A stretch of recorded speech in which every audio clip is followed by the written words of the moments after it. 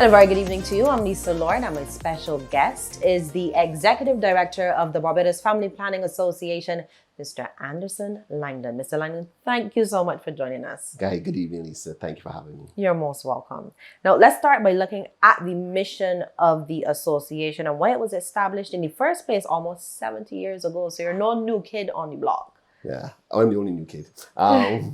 So, 1954, we were brought together by an Act of Parliament, created from an Act of Parliament.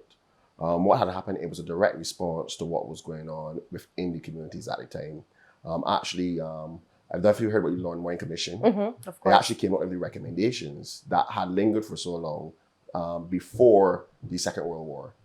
And obviously, it was a slow implementation of some of the processes. And so seeing how the environment was, there were a lot of, there was what you could say overpopulation, the social environment was not the best, the economic environment was not the best. And look at it, a recommendation was made to a select committee that in 1952, by the government, Lady Grace Adams, who I think was the chair of that committee, and these illustrious group made the recommendations, and in 1954, the Barbados Family Planning came into being to deal with those challenges. The truth is, the organization has evolved. Just simply, planning families, it's moved to a point where our mission is to empower people with their sexual and reproductive health and rights, and provide services to do such. And our vision is a community where everybody is empowered with that. And in doing that, we transitioned from that in 1954. We focused on quality of life. But we really are seeing is the society has changed drastically, but where our services are important because human beings are sexual beings. Our sexual and reproductive health is important to every individual. We're seeing that manifestation in what is negative in our sexual and reproductive health statistics. I know we're going to discuss this further. Of course. We're seeing, we see unplanned pregnancies, which lead to some unwanted situations. Hence our advocacy for the right of a woman to choose control over her body. And we see the benefits of that. We've seen more women in the workplace contributing more equitable to our society. And that is why, I'm sure there's more work we can do in women's empowerment and equity across both genders. But the level of development of women in Barbados from the 1980s, from the 1960s, 70s, and the 80s has been significant. And well, sometimes we get licks for our contributions. We also must be praised for our contributions in terms of what we see the Barbadian women. In what other country can you see all truly top jobs in the Caribbean being women? Only in this fair island. And I'm going to come back to a woman's right to choose. I'm definitely interested there. But I want to look at some of the very broad services that you offer. Sure. I was going through your website and it took me quite a while. You offer quite a lot. Yes. What I want to say, choose my words carefully, is that everyone is welcome at the BFPA. I'm stretching everyone, no matter their gender, their sexuality, their age, their vulnerabilities, their perceived vulnerabilities. If there's a need that we can offer, we can. That if there's something that you need, you can come to the BFPA for. We are. My former executive, Mr. George Griffin, would have said a total quality care provider. Right. And we continue that, but we do have a focus on sexual and reproductive health because most of the manifestations of health negatively you see through sexual and reproductive health. You're seeing the link with climate in sexual and reproductive health, the link with social challenges, sexual and reproductive health, women being disproportionately treated, children and youth, and I got to say men as well. So we see the manifestations of all those negativities, whether it be the increases in STIs, whether it be gender-based or sexual violence, whether it be cancers, those cancers that men receive, prostate cancer, prostate diseases, this is testicular cancer month awareness month as well. It is. I think that those sort of things we deal with, we see, and what I think we do, we offer all of this in a package that is non-discriminatory, that is stigma-free, and a rights-based approach. And that is what people like. That's what people like.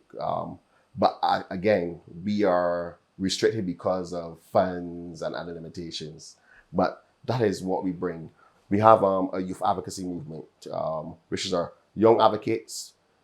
I want to say that they were sexual and reproductive health associated, but no, it's much more than that. They're about youth empowerment, and they understand the challenges as young people, what young people are faced with, so with regards to sexual and reproductive health, regards to empowerment, regards to job opportunities, and that helps shape our programming, helps shape our interaction. And what I should have mentioned earlier is what separates us is that we don't talk the talk when it comes to gender equality. We walk it. We don't talk the talk when it comes to youth. We walk it. So, for example, half of our board must be women. A fifth of our board must be people under 25.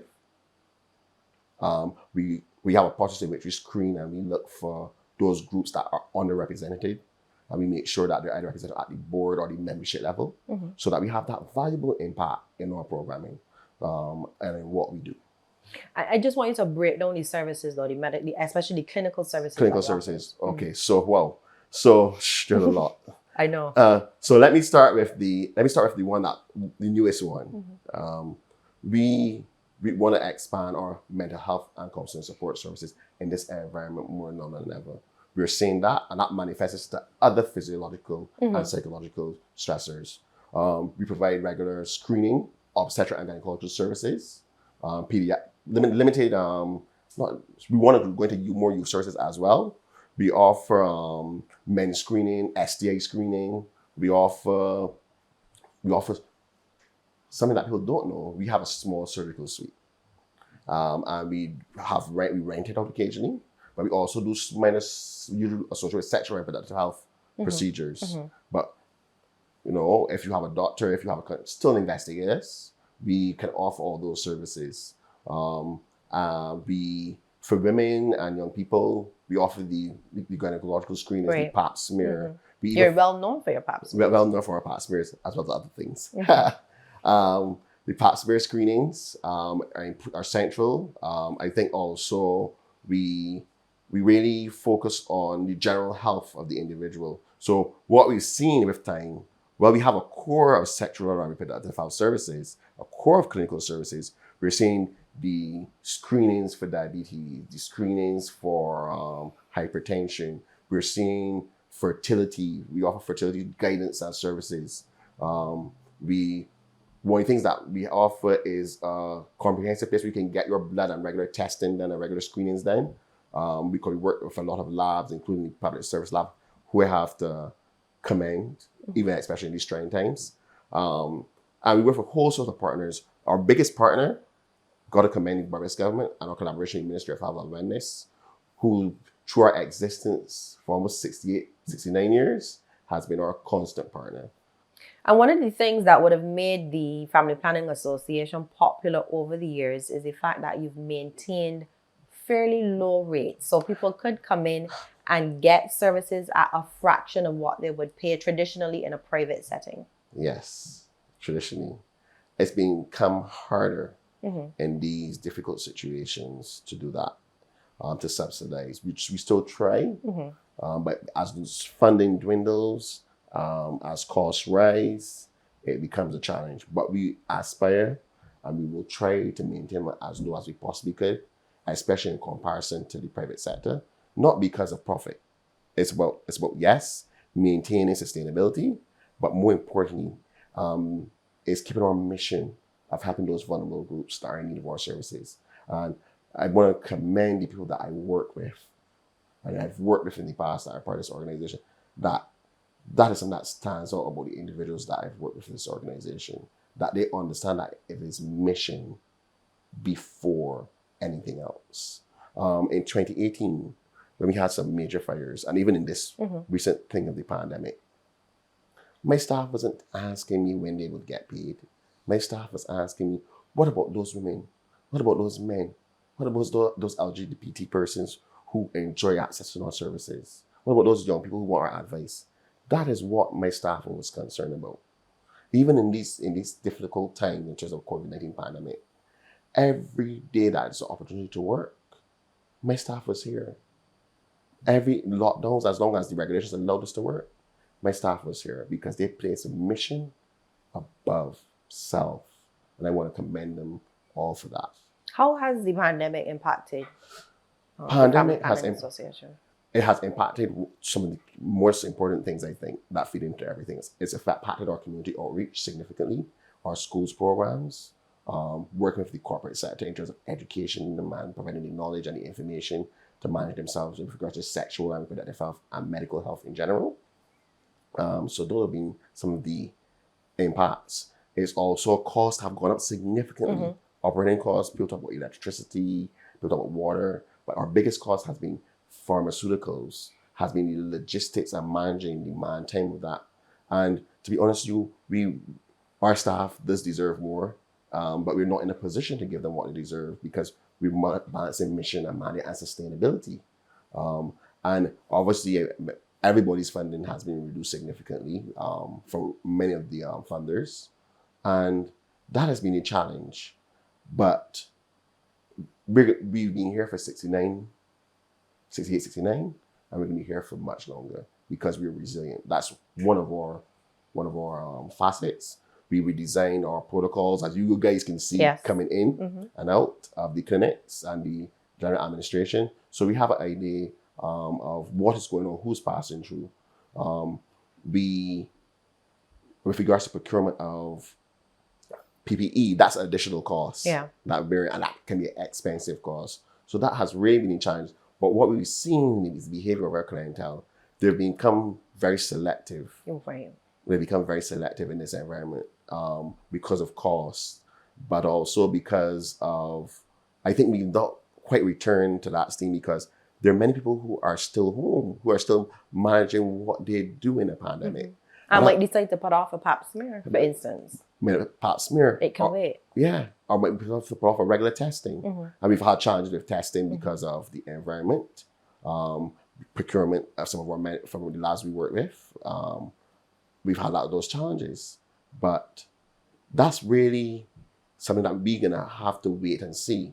So we're not that yet with where there's full demand, and then we adjusting costs and prices is something we've considered because of the costs, but people there's not as much available revenue, and certainly those products that we could have used to subsidize some of the costs for our clients, they're not as readily available as before. So that's something that we're working on and we continue to work on. And we're going to strive on. And that's why, I'm glad for this opportunity to know that if you want to help have greater impact on our communities, there's organizations like the Barbados Family Planning Association that you can reach out to. As the name suggests, and as you would have stated in your opening about why you were established, back in 1954, the situation was completely different to what we're seeing now. Family planning, you help people literally plan for children. Yes. However, there's a school of thought that perhaps too far east is west, and now our population rate is in decline. Okay. People are not having children like they used to. As I said to you earlier, I would take licks. I'm not going to take that licks for that. What I'm going to say is that the specific role we were asked to play then, and we continue to play, we played well. If we are asked to do another role, which is to assist, and I mentioned to you obstetric and gynecological services, so therefore we do see clients who wish to have children. We do help with fertility issues. But what I'm going to say is that the very few developed and developing nations are working in that direction.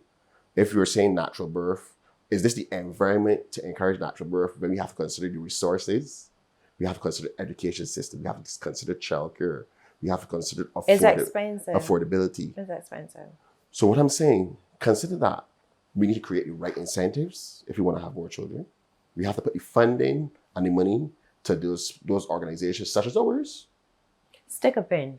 Are you saying that we should reach a point in Barbados where we are offering incentives to women to perhaps have more children? Families, and I'm not going to say women alone.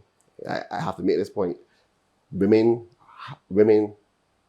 are the ones who carry children, but families are the ones who raise them. I mean, it make incentives to families because we see the impact, that a positive impact of when families are working together, man, woman, extended family. We see the positive impact that we can have to that our society. What kind of incentives? A very good question. But when I think daycare costs, we look at school. School is a cost. I saw a denim, and I see effort with regards to the reduction of the cost of sanitary napkins. Mm-hmm. There are other things. I'm gonna quiz you on that. There are other things that we can do. We can look at. I mentioned education. I mentioned incentives. We can do tax incentives for families. If you are having children, we can do a tax incentive. So there are things that we can do. Because I'm going to say I've not invested as much thought in that as I wanted to, because I think it is clear. If you want somebody to have children, you're going to give them the impetus. But for me, if we were saying that we're looking for the immediate development, we need to couple two things. We need to look at a short term, a medium term, and a long term strategy if we're serious about population development. The dynamics of population development are complex, but we're seeing what first world countries do. There's a strong immigration policy coupled with strong incentives for people to have children. What you do, you look at your national development, create a national development policy, national development plan, and say these are the areas we're looking to develop socially, economically, and politically. And we make specific investments of those what we need to do right now. If we're going to do this right now, should we have immigrants or persons coming in to work in these areas? Well, at the same time, giving incentives for Barbados to have more natural birth. I think that's the strategy that will work in the short, medium term, and long term. You keep mentioning natural birth. I just, for the sake of the public, want you to explain what you mean by that. Oh, well, I hope, for me, natural birth meaning men and women having more children. And you're right to say, that's by the act of sexual reproduction, the act of sexual intercourse.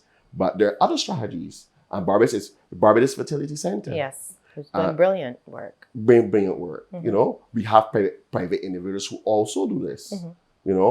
So there are other opportunities of doing that. But I was reading the other day with regards to this is not a phenomenon to Barbados, and we have to talk about other things with regards to our genetic makeup, the climate change. We have to look at all these factors and the role they play in fertility, the environment. We have to look at all the roles they play if we're really serious about population development in a specific context. No, back in the day, we would hear about, women having 8, 9, 10 children, even more. Do you see a situation ever again of us returning to a place where women are having 3 and 4 kids? Because at maximum right now, women really are having 2 kids at maximum. Yeah. And I say women because, as you said, women bring forth children. Yes. I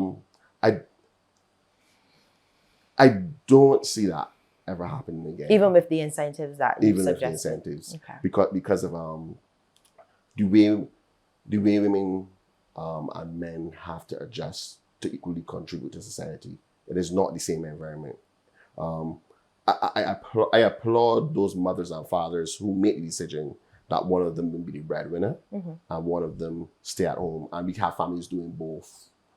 We become a bit more progressive. I applaud them. That's a hard decision to make, especially in these costly times. But the parents who do it make that sacrifice. But on the other hand, we have parents who are working both jobs. And yes, the income, but also managing childcare. I myself, me and my wife, we have to make the time. It's hard on us, but we strive to make the time to be spent for our son. My son knows the BFPA just as well as me. And I think that is what it is, a commitment level for parents, whatever, 3, 4. We were designed, yes, to make sure that people are planning their families so that there's more affordable and can give the children all they want. I think that still holds firm. But I don't ever see Barbadians wanting to return to those to those days of where they're having 3 or 4 children or more than 4 children. I don't see that. I see us, what we may encourage is more people who don't have children to think about having children. But I also feel that it's the person's choice to make if they want a child or not, given their circumstances. And I'm firm in that. Let me say that I'm firm in that. It's still the person's choice if they don't want to have children, or not want to have children. So I firmly support that. But I don't see those days ever returning again. Okay, Mr. Langdon, still a lot more to talk about. Stay with us. You're watching One on One. Hello, I'm Dr. Ingrid Burrows, and I'm going to give you some tips on managing your hypertension. The first thing you should do is to decrease your salt intake. You should keep your salt intake to less than 1 gram a day. This is equivalent to about 1 teaspoon of salt every day. Another thing you should do is to ensure that you're getting enough physical activity. You should aim for 150 minutes of aerobic exercise every week of moderate intensity. For example, brisk walking, light jogging, swimming, or running. This equates to half an hour of exercise 5 days a week. You also want to increase your intake of fresh fruits and vegetables. It is advised that you eat 5 servings of fruit and vegetable every day. And the last thing you can do is monitor your blood pressure at home with a digital machine. This is very important as some patients have elevated blood pressures while in the doctor's office while having normal blood pressures at home. This is called white coat hypertension. Also, if you're taking medication for your hypertension and you notice any changes in your blood pressure, you can call your doctor and he or she can adjust your medications to suit. If your readings are too high or too low, you can inform your doctor and he or she can adjust your medications appropriately. I hope these tips have been helpful.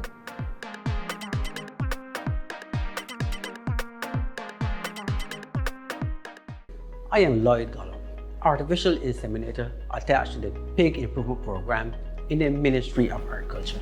There is a deadly disease lurking on our doorstep. The African swine fever, the ASF, has been detected in the Dominican Republic. This disease is deadly. If that disease strikes, all your pigs can die. For those farmers who usually utilize the traveling mower, both the farmer who receives the traveling mower service and the farmer who operates the traveling mower service must keep their premises clean. Disinfect regularly, bathe that animal, keep that mower in a separate pen, if possible downwind from the rest of the herd.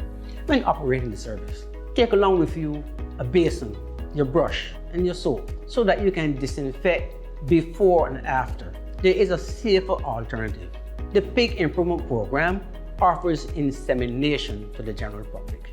And you can get more information about this by simply calling the Ministry of Agriculture 535-5958, 5957, or 5956. When feeding or dealing with your animals, have a set of clothes that is worn only for that purpose. If you're going from your farm to somewhere else, remove those clothes and wash them regularly. Do not feed swill. Swill is all these scraps and pieces of potato peeling that is left over after you prepare your dinner. If that swill contains an infected meat, it can bring that disease onto your farm. We have to be very careful. For this disease, there is no cure, there is no vaccine, there is no treatment. Help us keep African swine fever out of Barbados. Hi, I'm Dr. Adana Grandison, and I'm here to give you a few tips on how to accurately and safely take your blood pressure readings at home. Before taking your measurement, sit in a calm, warm environment. Don't perform any exercise in the preceding 1 hour. No coffee, food, smoking, or even sinus medication in the preceding hour to taking that blood pressure reading. Empty your bladder and bowel. Most readings that are taken at home should be below or at 135 on 85 millimeters of mercury for uncomplicated hypertension. Lower home blood pressure targets might be advisable in persons who have the following conditions: diabetes, chronic renal disease, or coronary heart disease. If several readings are above 140 on 90 millimeters of mercury, Make an appointment with your physician immediately. Ensure to take your readings at the same time every day. We advise 2 readings in the morning and 2 readings in the evening, initially to profile yourself, taken 1 to 2 minutes apart. However, once you have established a baseline, you can choose a time suitable to your schedule where you can monitor your blood pressure readings.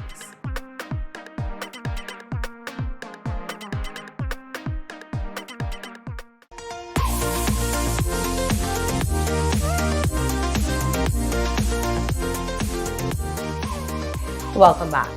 Mr. Langdon, one of the things that has been somewhat of a challenge for many people to comprehend is the discrepancy between the age of consent and the age of access. So at 16 years old, I can have sex legally. I'm no longer a minor. However, if I want to access healthcare services, I need a parent or guardian to come with me. How big of a challenge is that for you in terms of what you're seeing in clinic?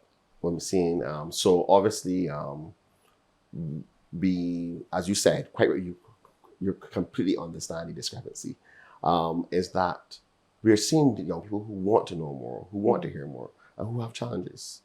The issue is, should they have to wait to 18 when it is clear we're seeing our society, we're seeing the reports with regards to what young people are saying as it relates to their sexual experiences, as it relates to health challenges. Should they? That's really what it should they have to wait? I mean, the ability to have sex at 16 is an awesome responsibility. I think just as important a responsibility of the age to decide healthcare access, the age to vote. So we really need to align our priorities. If we're saying that sex is this major milestone, and to many, the age of having sex is even a bigger milestone than the age of access to healthcare and the age of access to vote for some persons. We really should look at making it, if they can have sex at 16, they should be able to access healthcare at 16. And don't get me wrong, even if they access it, we still need to encourage parents to be involved. I think one of the things is that, which is good practice, is that you walk the health walk with your child. From the time they, whatever age, be open, have your discussion so that the person that they'll come for, even if they're making decisions at 16 or 18, that you will be involved in that. That's what we need to work on. Because that also responsibility of having sex at 16, they should be, in my mind, the discrimination needs to come to end. And obviously that presents challenges on its own. For instance, if you have a 16-year-old female, she has started having sex, she has some issues, but she does not want to let mommy or daddy know for obvious reasons, embarrassment, fear of getting in trouble, etc. But she allows a problem to linger until, 2 years is an exceptionally long time. That in itself presents issues as well.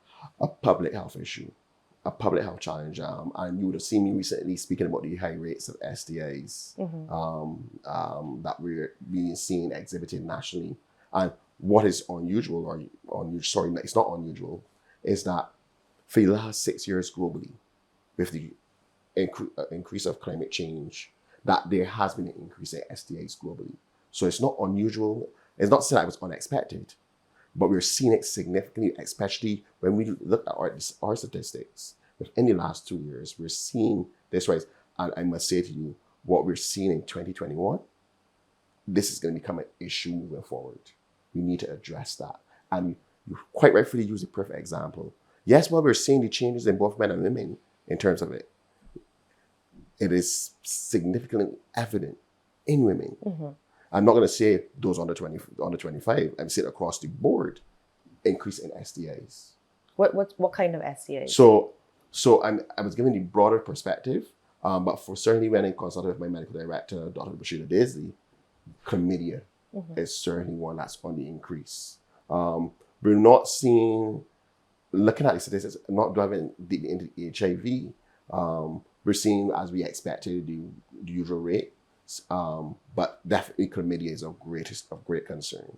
And I think you had mentioned gonorrhea as The- well the- being the- on the increase. We're seeing generally an increase, but I haven't gone specifically to, for example, gonorrhea because it was chlamydia, and of course you pay attention to HIV because of the links with sexual and reproductive health and the economic aspect of it and the social aspect. Do we pay enough attention still to HIV/AIDS? And I say that with all sincerity. I'm gonna say this to you. I think we still need to pay great interest because I'm seeing with the COVID-19 pandemic some similarities, especially when it comes to the social impact. I think HIV was clear about the social impact. I think we're seeing the other day we heard about a new variant of HIV. The impact, and because of our sexual activities, we always need to pay attention to HIV. I think we need to pay more attention to contraception. I'm going to jump ahead again because I know we spoke about the sanitary napkins. We need to contracept, for example, condoms, because these STI rates and HIV rates, they're linked. So the person, if we're seeing an increase in STIs, that means there's an increase in risky sexual behavior. How concerned are you about the increase? I'm very concerned. I'm very concerned. It's not just that it has increased. And the rate of increase that I saw and that we're seeing is what I'm concerned about. Going back to what you said regarding condoms and you linked it to the sanitary napkins, we know that government has now removed the VAT on sanitary napkins. You want to see a removal now of VAT Something similar. on condoms. Something similar, yes. Because I'm seeing the rates of STIs. So despite all the risks we know that are associated with having risky sex, Barbadians are still engaging for a lot. The statistics are not lying. I don't think stats lie. Yeah, they can be misinterpreted. But that's correct. Yes, but what I'm seeing, I'm not happy with. It could have been the impact of the lockdown, the social dislocation, the social distancing. We're social beings. We like to interact, and maybe some people have gone to use this opportunity in the lockdowns, lack of lockdowns, to engage in some activity. But I'm concerned, and I wouldn't want to sit here and say to you that are we politically correct about it. I'm really concerned about the numbers I'm seeing. I'm really concerned that and what makes it even more thing, I don't think the amount of people that are testing nationally. I've not seen a significant drop in our testing figures. Yes, we've had some challenges because of procurement, but to see the rate and the numbers, and we know that it's not being business as usual, that is what is even more frightening. That a lack of activity, and I'm still seeing these numbers, if you lack of activity, lack of social interactions, that is what it is. What I want to commend though, is that persons are coming to get tested. So it means that there is obviously some awareness. Yes, there's some that don't, some symptoms might be present that itchiness or whatever that might present, and that's why they're coming. But I commend them for making these steps because a lot of them are treatable. And that's what people get. Don't stay and don't let it worsen, because when it worsens, it can lead to infertility in some cases. So urge people to get tested for STIs. And like I said, if you're seeing risky sexual behavior and increase of STIs, it is possible to see the same thing with HIV, because it means that they're not using preventable methods. And these are just the statistics of family planning. Or is this nationally in terms of what the Ministry of Health and Wellness is recording? No, we're not seeing the national statistics. This is what we are seeing. And usually we are a good reference for what's going on nationally. We've done it in the past with the Ministry of Health and HIV surveillance. And they're usually very on par with what we see nationally. So we're a good gauge for what is expected nationally. I hope for the first time, I would hope that we were wrong. This is how concerned I am. But it hasn't proven to be such. Let me go back to my young people. I have a soft spot for young people. Yes. In terms of 16-year-olds, how do you treat to a 16-year-old, and again, I will stick with a 16-year-old female, who comes in, has an issue gynecological issue, is afraid again to tell her parents or a guardian that she has this issue, I'm coming to you for assistance, what do you do? I'm 16, I'm not 18. You're not 18. The truth is we look for public health guidance on the issue, but we try to get the parents involved. We try to let the young I don't want my parents involved. I'm coming to you for help. Is there anything that can be done to assist that person?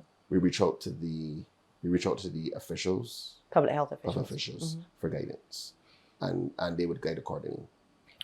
The association is very strong on a woman's right to choose. Yes. And I know that abortions are offered here at your clinic. Yes. However, there's still the stigma attached to abortions. We've seen that from in years gone by when a woman has had that procedure done. Are you still seeing that? There's still some of that evidence. And I wish some persons would stop being judgmental and be empathetic to some of these situations that women are facing to make this choice. And what we do here, it is not that we go about offering this service without thought or without consideration for other options. We at the BFPA offer a comprehensive service. Women who come here or offer contraception, their counsel, we look at other options, whether it be what the support networks are like. We reach out to other organizations as it relates to helping women with regards to this choice. But some women, in their situation, they have to make their decisions for themselves, and they do. And I commend women who are faced with this type of choice to make.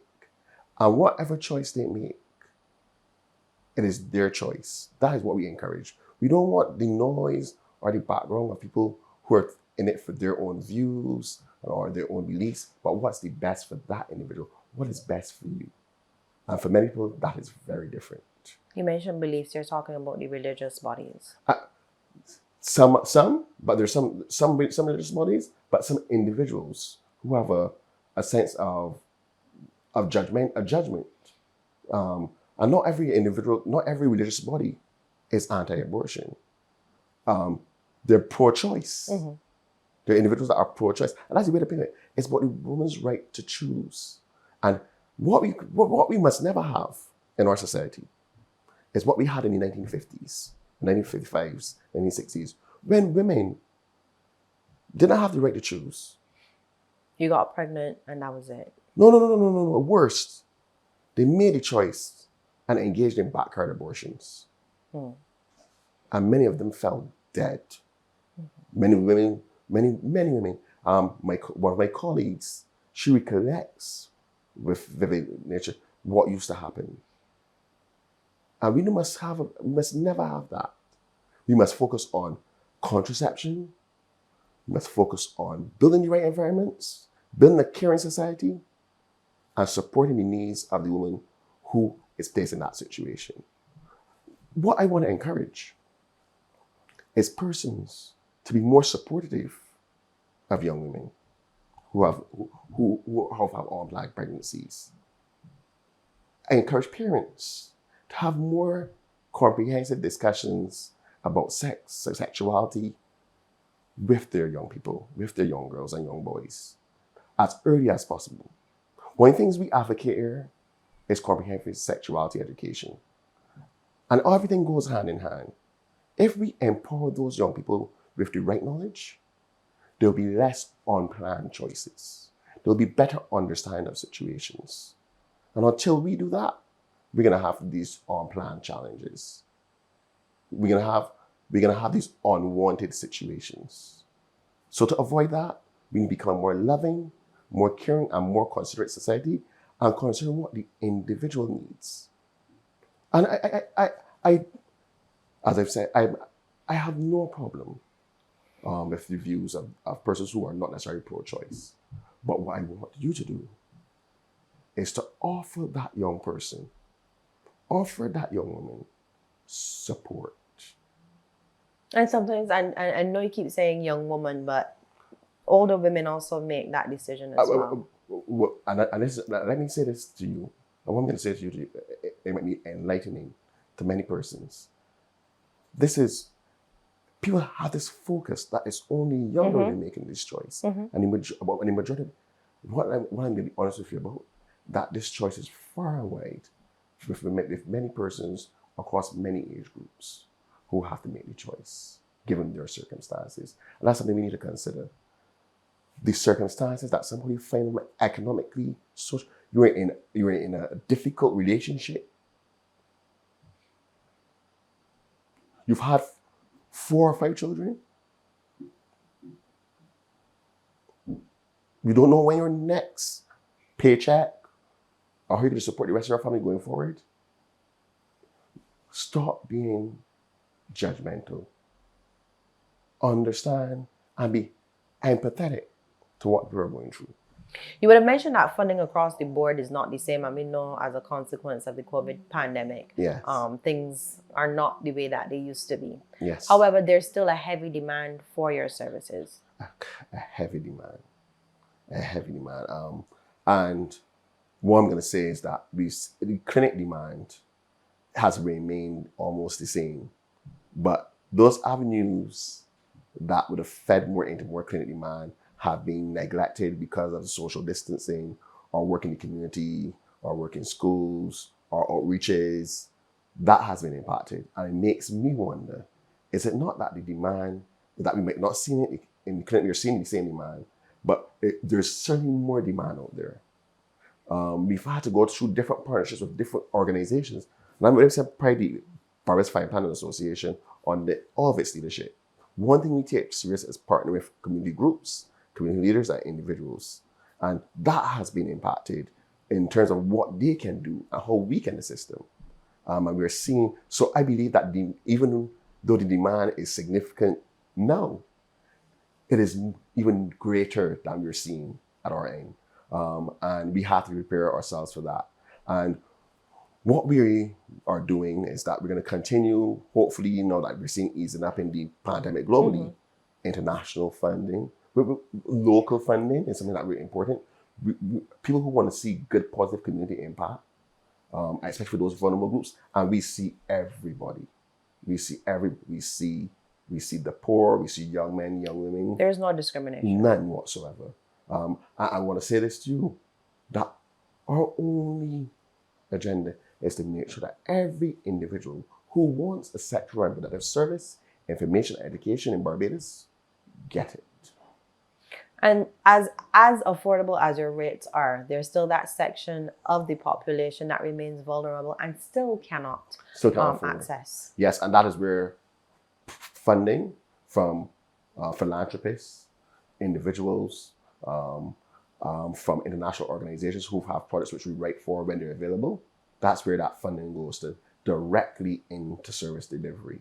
I don't want to quote to you the significant amount of funding in the pandemic when we had a project where we subsidized significantly some of the costs for the population, especially in the pandemic. Not just because there was more demand, but because many people could afford it the way they did prior to the pandemic. And that is something that we need to be very, very, need to keep our eyes on. I don't think demand for sexual and reproductive health services or health services in general will dwindle. I think all negative sexual health impacts, all health impacts have been negatively compounded by the pandemic. And you have plans now for a new location. You've outgrown this current location here. Well, Lisa, I'm sure when you came in, you saw the environment in which we're working and see our neighbors. The buildings are dilapidated. It's not ideal for the clientele that we want to see. So therefore, we're looking to move to a new location. Still some work needs to be done on it. Obviously, it's at a cost in the most difficult financial time. And we certainly would like some contributions. You have identified a location already? We have, yes, we have. We're looking to the old Harmony General Insurance Building. Okay. Mm-hmm. Yes, we think that will be the home for the BFPA going forward for the next. And it's still central. And it's still central. Mm-hmm. And in fact, it became the primary choice because it's still on a major bus route and Yes. it's not far from here. And we're so close to the hospital. We're so close to the men in the labs. We work with some of these same vulnerable communities, sex workers. We work with the urban corridor, the urban people in the city that we work with closely, community groups and individuals. We're still close to them. So that is the idea. But what we want to do is to expand the service delivery. Like I'm saying, we are preparing ourselves for what the evidence is showing, that these negative health statistics are compounded. And we want to be prepared for when that surge happens, that we're in a location that we can see more clients, that is safe, that is more COVID-19 resilient, more disaster resilient, because we're seeing the impact where we are, close to the sea. We see flooding in this area, deterioration in buildings. So we are preparing to become a more resilient organization to be more impactful in the people that we serve. And how soon are you looking to move to that location? Well, I would like to pen on a date, but I really would like to see the completion and refurbishment. And we like a plea for assistance to help us with this endeavor. Now, you mentioned sex workers accessing your services. How closely do you work with sex workers? So prior to the pandemic, we were in a program with the USAID called Linkages, where we work with 5 other community groups that work with vulnerable groups. And we also, even though those persons were not the same program, we work with Jabez Helps, who I want to commend publicly for the good work they're doing. That we work closely with them in terms of, we actually did testing, we did interventions in the community education, access to condoms, education, and a lot of them come for their services here. A lot of those individuals come for their services here. A lot of these people come for their services here because we are lower, we're community oriented, and most importantly, when we're dealing with some groups, stigma free. So that is something that we pride ourselves on. That no matter who you are, no matter your circumstance, you can come to the BFPA like family. Barbados Family Planning Association. We are a family. We treat our clients like family, and so they are comfortable coming here. And it's something we pride ourselves on, that many of those women, whichever situation they're coming in, need that additional help, need that additional healthcare provision, and we do it. And you mentioned being stigma-free. In terms of people from the LGBTQ community coming forward for services, are you seeing that a lot more? Certainly, and that's because we partner with those organizations that will do the work in that community. Equals Barbados, a very good partner that we work with. We work with us as well. And I'm calling out these names because many people may not know these names, but they have community impact as well. And so if I forget any, my apologies.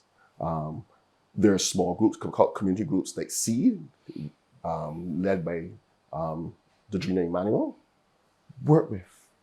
Because what happens is that as community organizations, we work with these groups, we're able to bring the linkages. And because we work with them, they help improve our standards. They help make us more stigma-free. We Butterfly Barbados trans organization, that we've been named a trans-friendly provider by them, because we would never know. We treat everyone the same. As it should be. And so therefore they feel comfortable. If you when they go up in our organization, when they come in our waiting area, they feel, yeah, this is a place where I can come and get services done. This is a place where people are not going to treat me differently. But do you find that we as Barbadians have become a lot more tolerant? We have.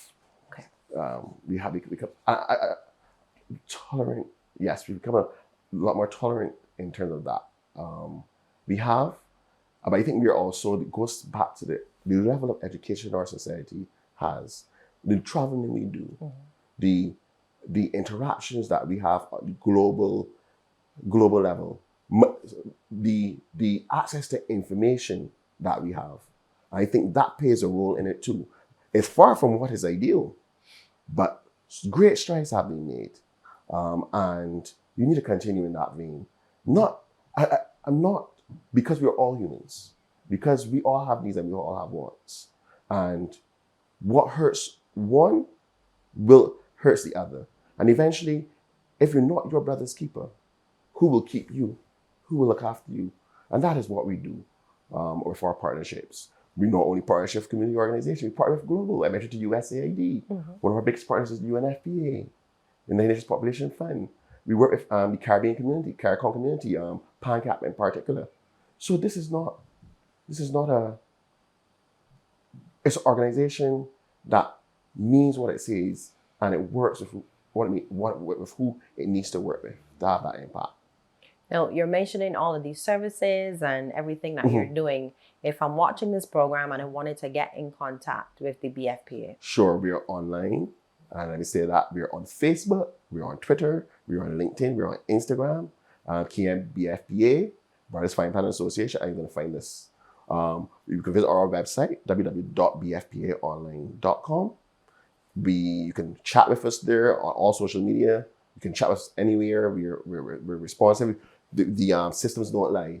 When you say in very few hours, typically we play in a few hours. And if it isn't, it's usually because we're trying to respond to you comprehensively. And even though I'm coming to you online, it's confidential. It's confidential. And most importantly, and with all the technology, nothing hurts than a good old-fashioned phone call. 1-246-426-2027. I purposely said 1-246-426-2027 because there are a lot of people across the region and internationally who still pass through here, who still access our services because we're linked with a global brand, the International Planned Parenthood Federation.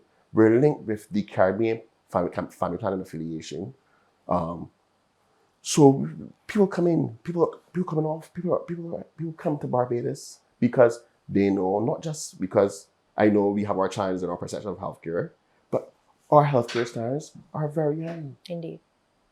Similarly with the Barbados Family Planning Association, because we work hand in hand with the Ministry of Health and Wellness to provide the standards of healthcare that are of the highest standard in Barbados. You've been at the helm of the Family Planning Association for a few years now. Yeah. Tell me about your vision for the association.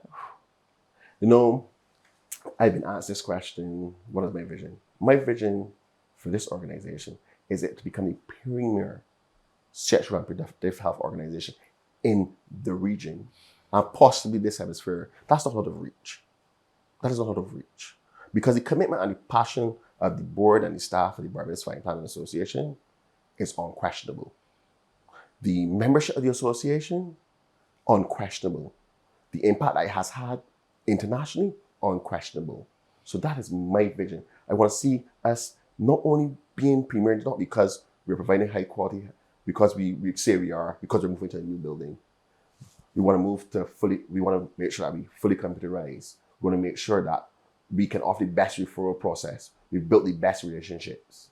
That is what we want to do. We want to provide the best comprehensive sexuality education to everybody. We want to make sure that it's not just for children. It's not just for young people. It's for every individual because we can all learn something new to improve our sexual decision-making skills and our education and our knowledge. So that is my vision, to become the premier sexual and reproductive health provider in the Caribbean and this hemisphere. And what we found is that when people come for sexual and reproductive health services, they come for other healthcare services. Right. And that is what we're seeing. We're saying we want to be this place where everybody comes and gets what they need then. And it's about mission, it's about man, it's not about